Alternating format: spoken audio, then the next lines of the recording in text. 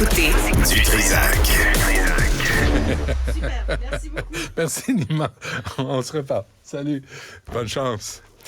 Alexandre Dubé est avec nous. Alexandre, bonjour. Salut, Benoît. Bon, il y a un sommet présentement sur l'itinérance. On en a parlé hier.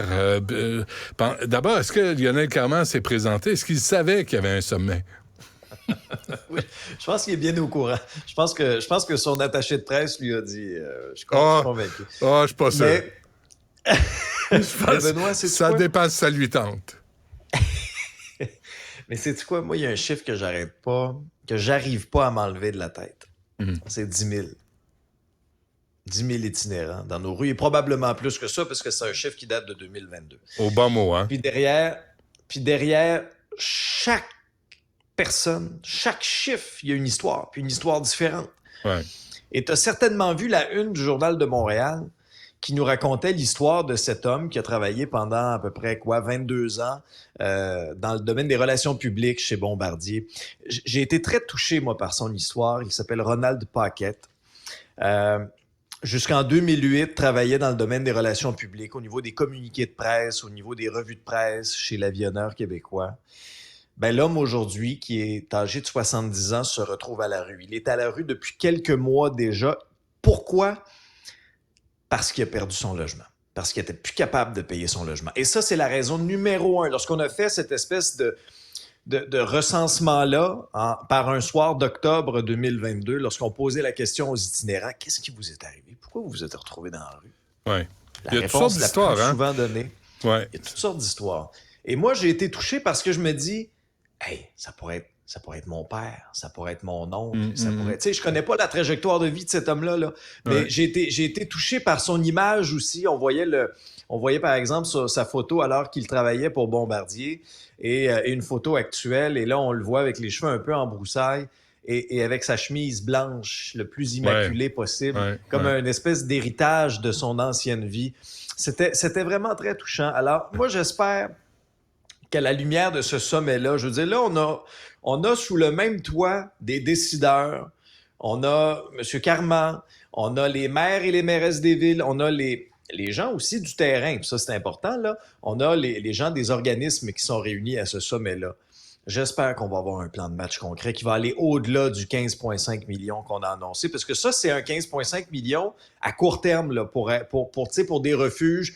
Les nuits sont de plus en plus froides. Moi, je l'ai remarqué, cette nuit, en m'en venant travailler. Je me suis dit, Caroline, il fait 5-6 degrés. Il y a du monde là, qui sont dehors. Là. Ouais. Alors, l'hiver s'en vient au Québec, puis l'hiver arrive vite. Alors, il y a l'aspect, oui, c'est correct, on va ouvrir des refuges pour héberger ces hommes puis ces femmes-là. Mais l'autre gros point, c'est les logements sociaux. C'est les logements sociaux, Benoît, là.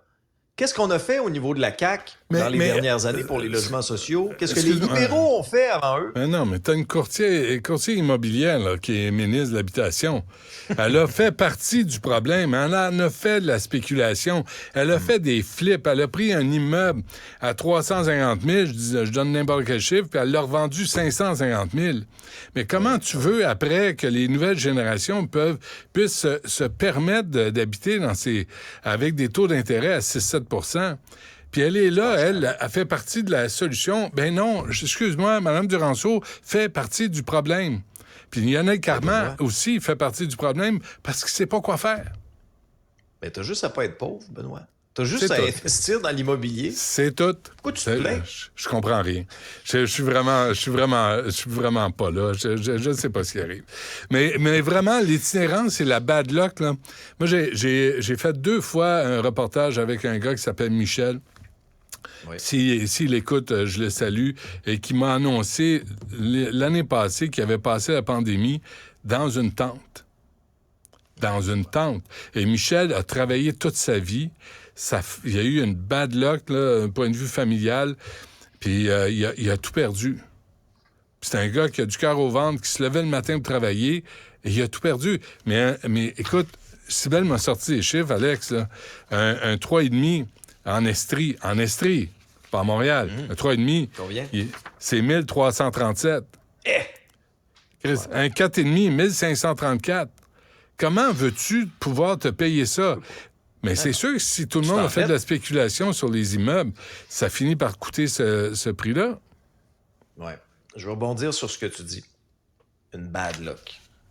Je pense que, tu sais, le portrait sur l'itinérance qu'on a cette semaine-là, moi, j'ai l'impression qu'on va être une couple à se regarder dans le miroir, puis à se dire, OK, là, ma situation, là, jusqu'à quel point moi je suis solide sur mes deux pattes, Mm. jusqu'à quel point j'ai été capable, par exemple, d'avoir un fonds d'urgence. C'est pas évident, là. Les temps sont durs, la pression est forte sur le budget de tout le monde. Ouais. Les Je suis à pigistes, combien, moi, de. Je suis à les, les pigistes, je les suis à travailleurs combien, moi, autonomes, d'imprévus? Ouais, Mhm. Tu sais, je suis à combien d'imprévus, moi, de me retrouver dans la marde? ouais. C'est vrai. Tu sais, je pense que plusieurs personnes ont pris conscience de ça. Tu te dis, Mm. hey, OK, supposons, là, moi, j'ai une dépense imprévue cette semaine. Est-ce que je suis capable de la rencontrer? Ou tu Tu sais, tombes quand malade. on voit Tu des tombes, chiffres, tu tombes malade, là. Tu déboules les marches assez vite, là. Tu peux vraiment perdre tout assez rapidement. Puis, tu sais, un cancer, une crise cardiaque, tu sais, ça existe, la maladie, en ce bas monde. Puis ça peut te mettre dans la rue. Moi, j'ai l'impression que le regard de plusieurs personnes envers l'itinérance va changer, là. J'espère, en tout cas.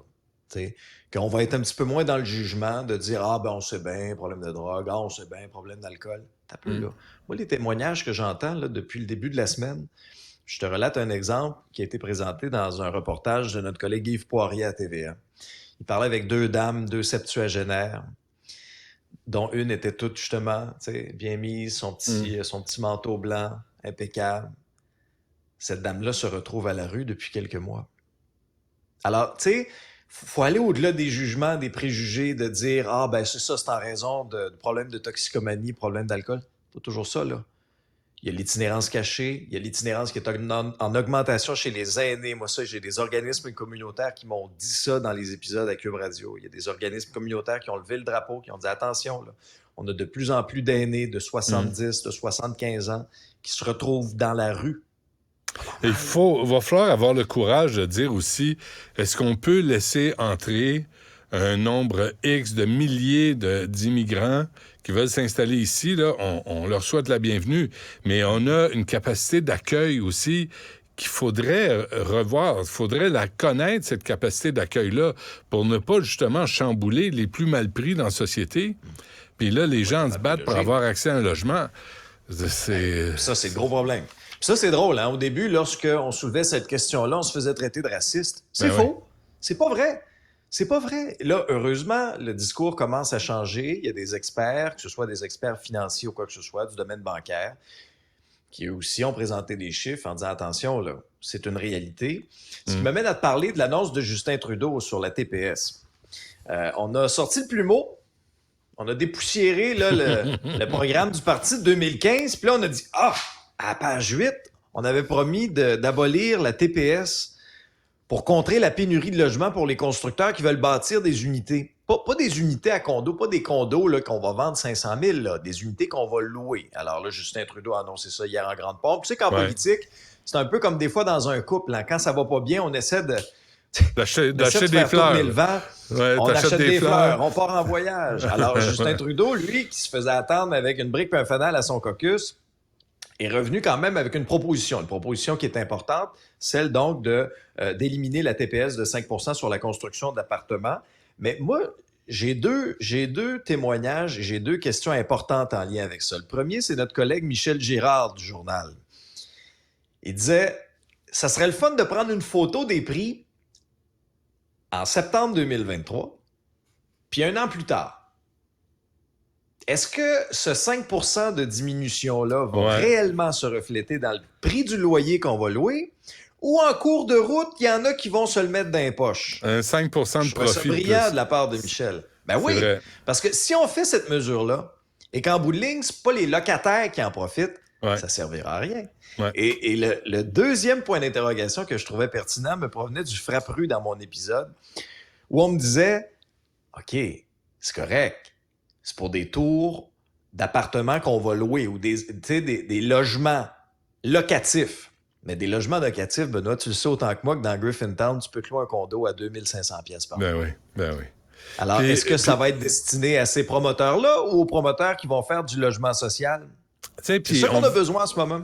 Tout le monde dit, les municipalités sont sorties, mais en même temps, ici à Montréal, là, depuis Gérald Tremblay, Il y a eu Gérald Tremblay, Denis Coderre, Valérie Plante.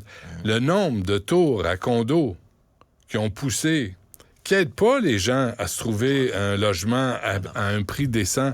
C'est scandaleux, le prix des tours à condos. Scandaleux. Et on a laissé les spéculateurs, les entrepreneurs construire n'importe où, n'importe comment. Puis quand tu rentres par Bonaventure, le trou de Bonaventure, tu vois plus le Mont-Royal. Tu vois juste un mur de tours à condos. C'est lettre, c'est épouvantable. Mais ça, bravo. Mais c'est vrai, ça règle pas le problème de l'accès au logement. Ben non, ça règle pas le problème. Parce que qui loue ces unités-là? C'est des millionnaires, c'est des professionnels. Le son vient de lâcher, c'est pas Alex. ceux qui ont besoin. On va se reparler lundi. Je te laisse aller faire un petit dodo pour... t'as besoin d'un sommeil de réparateur, là, tu sais, pour réparer. Ah non, t'as plus de son. Je suis désolé, ça marche pas. Merci, Alex. On se reparle lundi.